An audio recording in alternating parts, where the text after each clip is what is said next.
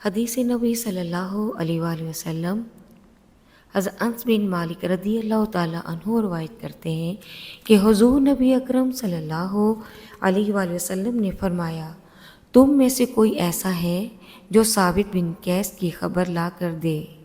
ایک آدمی نے عرض کیا، یا رسول اللہ صلی اللہ علیہ وآلہ وسلم، میں آپ کو ان کی خبر لا کر دوں گا۔ سو وہ گئے تو انہیں دیکھا وہ اپنے گھر میں سر جھکائے بیٹھے ہیں۔ پوچھا کیا حال ہے؟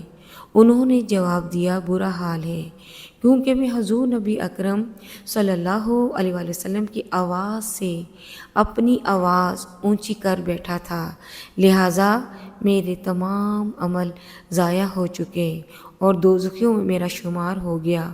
اس آدمی نے آ کر آپ صلی اللہ علیہ وآلہ وسلم کی خدمت میں ان کی تمام صورتحال عرض کی۔ حضرت موسیٰ بن انس فرماتے ہیں کہ وہ آدمی بہت بڑی بشارت لے کر دوبارہ گیا۔ آپ صلی اللہ علیہ وآلہ وسلم نے فرمایا، ان کے پاس جاؤ اور کہو کہ تم جہنمی نہیں بلکہ جنتیوں میں سے ہو۔ رواہ البخاری۔